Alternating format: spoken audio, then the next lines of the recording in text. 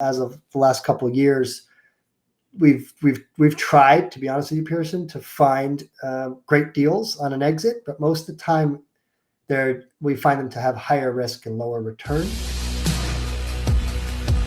When you flipped your strategy from a buy and hold for longer term to shorter term, you guys were selling assets, right? So how are you dealing with the capital gains tax and the 1031?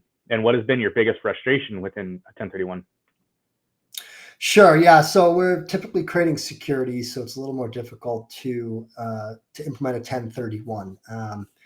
And so most of the time, if our operating partners and we're in a deal and there is an exit, they will try and source a like-kind property, of course, and be able to have conviction around it without just being rushed into something that we don't think is worth it.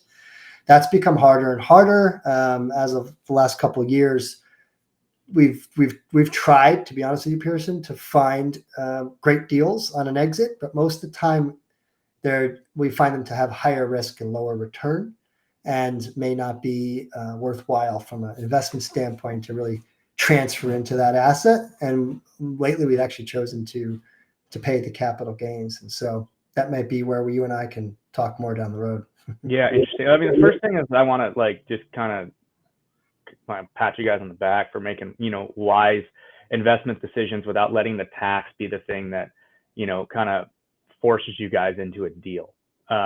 You can get caught in a bad deal just because you don't want to pay the 1031, and the capital gains tax, and you're trying to force your 1031, and it just so good for you guys for not for taking the hit, but not making unwise business decisions because of that. So that's the first thing. The second thing is that with the 1031, I talked to a lot of syndicators, I talked to a lot of operators, I talked to a lot of people, and I ask this question pretty much every time, and it's the same answers that just rotate around, right? It's time constraints, it's like-kind constraints, it's if you're a syndicator, you leave millions of 1031 dollars on the table because it's a ton of paperwork, and if it's not high enough, right, it's just not worth the squeeze.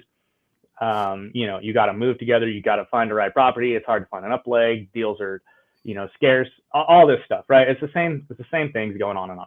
So and that's really why this podcast exists, and what we're trying to do is kind of share, hey, we have alternatives to that 1031 where you can build a capital gains tax exit plan without having a 1031. And 1031s are great, don't get me wrong. Like when there's a deal, like, and there's an up leg, like they work great. We're all for it. Like, hey, yeah, sweet. But for those deals that you talk about where you're like, we don't know what to do, we just kind of pay our tax and move on, we use a different strategy. It's called the Deferred Sales Trust.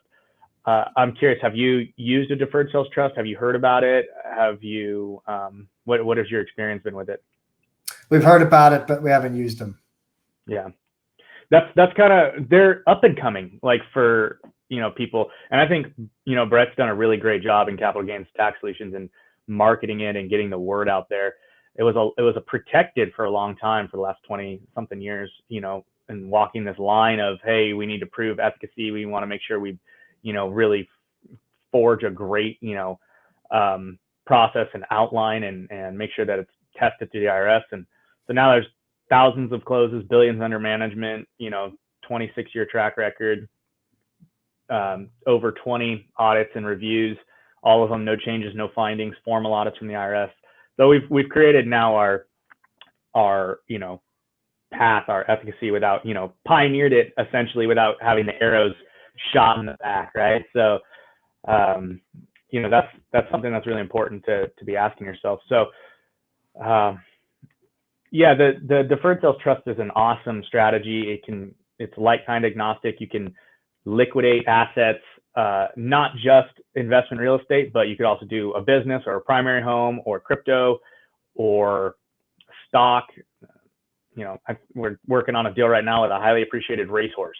So it's crazy what you can and can't do with some things and what you can do with others. So and what's unique is there's no time constraints. It's like-kind agnostic. So you could sell a racehorse and go into stocks and businesses and real estate. You could sell a real estate and put money into SMK Capital's funds. You could sell crypto and do a combination of SMK Capital's funds and, your own real estate deal and some businesses and some stock. So there's so many different options. There's so much flexibility around it. So it's a fantastic tool. I encourage everyone to go out and learn more about it. You can find out more about it by going to capitalgainstaxsolutions.com to start that, and obviously listening to this podcast. And then we have a mastermind every Friday at 10 a.m. Pacific, 1 p.m. Eastern, for those of you who want to come and learn more about it. Ask your questions, bring your CPAs, and all that kind of stuff. So that's a little bit about the Deferred Sales Trust and what we kind of do and what we're kind of here for. So Mark, before we're kind of coming up on our time here, but before I let you go, I wanted to just kind of quickly touch base on a couple other things that you had talked about. And that is, you guys do conservative underwriting, right now. So when a deal comes to you, do you guys feel that, and the underwriting is not conservative, are you out on that deal immediately, or do you just conservatively underwrite the property yourself and then turn around and make an offer based on that? Or how do you guys handle that situation? Yeah, it depends how aggressive the underwriting assumptions are, Pearson. So yes, there's definitely deals where we'll just 5 minutes, we delete it. It's not going to work for us. Gotcha. At the same time, there's sometimes, we run sensitivity analysis and we'll look at exit cap rate assumptions, rent growth assumptions, occupancy, bad debt, single line item expense assumptions, et cetera, and stress them a little bit. And so if it's close and we're working with our operating partner, sometimes we'll adjust the pro forma together and we'll say, listen, we're going to tweak these assumptions because we think they're just a little bit maybe too high, and we'll lower them. And then the deal may still work for us. And so it can be a hands-on or it could be a no. Either way, it just depends on the deal. But yeah, we look at it very closely and make sure that it makes sense for us. Yeah, interesting.